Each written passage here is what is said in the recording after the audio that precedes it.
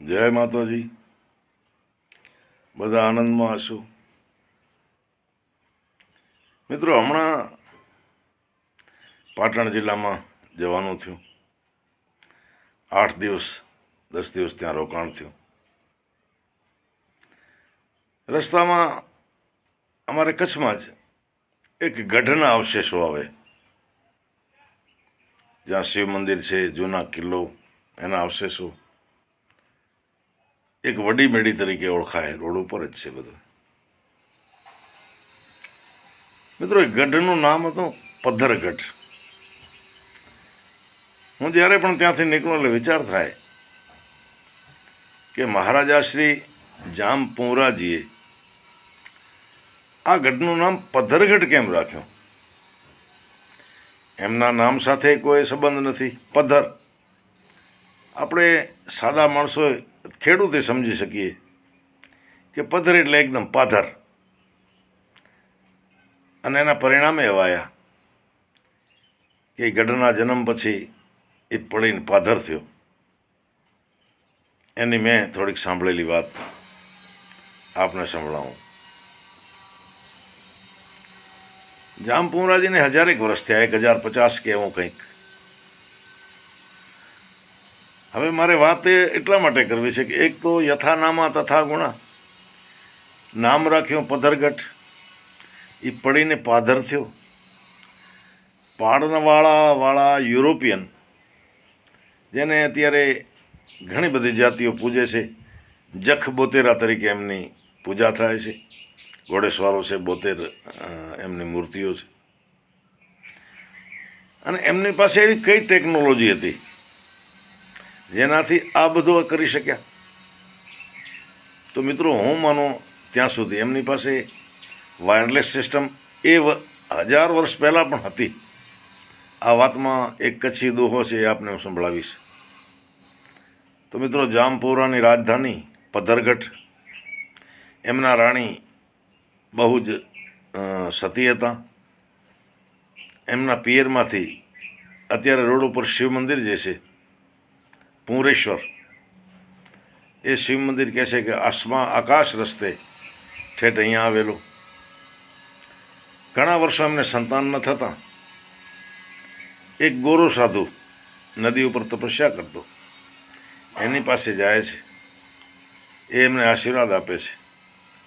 અને જામપુરાને કંઈક વહેમ પડે છે આ સાધુ ઉપર, જે જગ સાધુ હતો, રાણી સાહેબ ઉપર, એમના ચારિત્ર ઉપર. અને આ સાધુને કેદ પકડે છે. દિવસના કાંટાના ગાવટ ઉપર એને ચલાવે. એની દેખરેખ રાખવા માટે એક બંબલો હજામ હોય છે, 2-4 કેદીઓ હોય. હજામ એને પૂછે છે, આ ગોરા યુરોપિયન સાધુને, કે તમારી મદદ કરે તમારી પાછળ છે કોઈ એવો? એ સાધુ કહે છે કે જો હું ગાવટોમાંથી નીકળું બારે, થોડી વાર મને સમય મળે તો મારી મદદ કરનારા છે. એ બંબલા હજામને દયા આવે છે.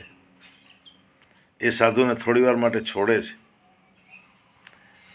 અને એ ગઢની બાજુમાં જ એક ડુંગર, એનું નામ છે લાખાડી. અને એ યુરોપિયન સાધુ એ લાખાડી ડુંગર ઉપર ચડે છે. અહીંયા એક કચ્છી દોહો, એ વખતે આ વાયરલેસ સિસ્ટમ હતી, એની ગેરંટી આપે છે. કચ્છી દોહો છે કે કને પાયા કૂકરા, ઇયરફોન જેને આપણે અત્યારે કહીએ, કને પાયા કૂકરા લાખાડી ચડ્યો, 72 જખ ભેરા થયા, પણ પિંડ મેં ઘાટ ઘડ્યો. એટલે કે વાયરલેસથી એણે મદદ માંગી અને 72 જણા એની મદદે આવ્યા.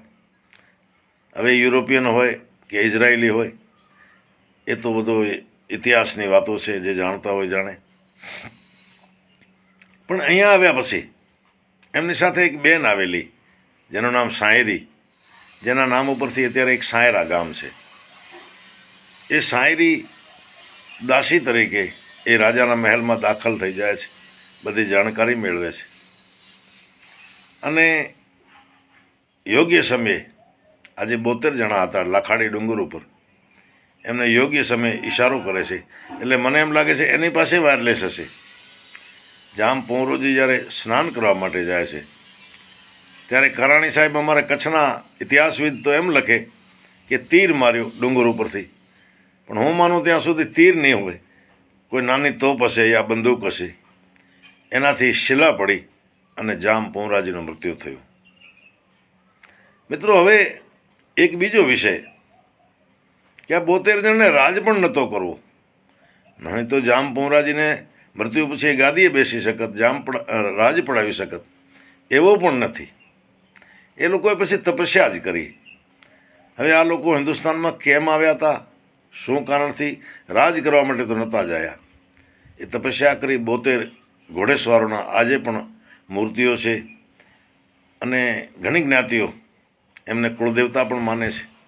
એમાં સંઘાર નામના જે છે હિન્દુઓ, એ એમને ખાસ એમના સેવકો છે, એમના અનુયાયીઓ છે અને જખ 72 જ ભગવાન માને છે. મિત્રો, હવે મને આ 2-3 વાતો કે જામ પૌરાજીએ આ ગઢના પથ્થરગઢ કેમ રાખ્યો, એ તો નાનો માણસે સમજે કે પથ્થર એટલે પાથર.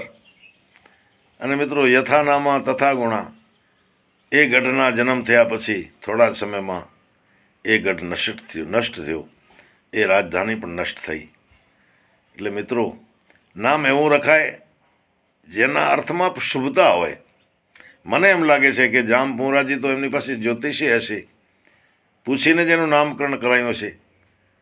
પણ જામ પૌરાજીએ પોતાના નામ ઉપર પુંવરગઢ હોય પણ કાંઈ પથ્થરગઢ હોય?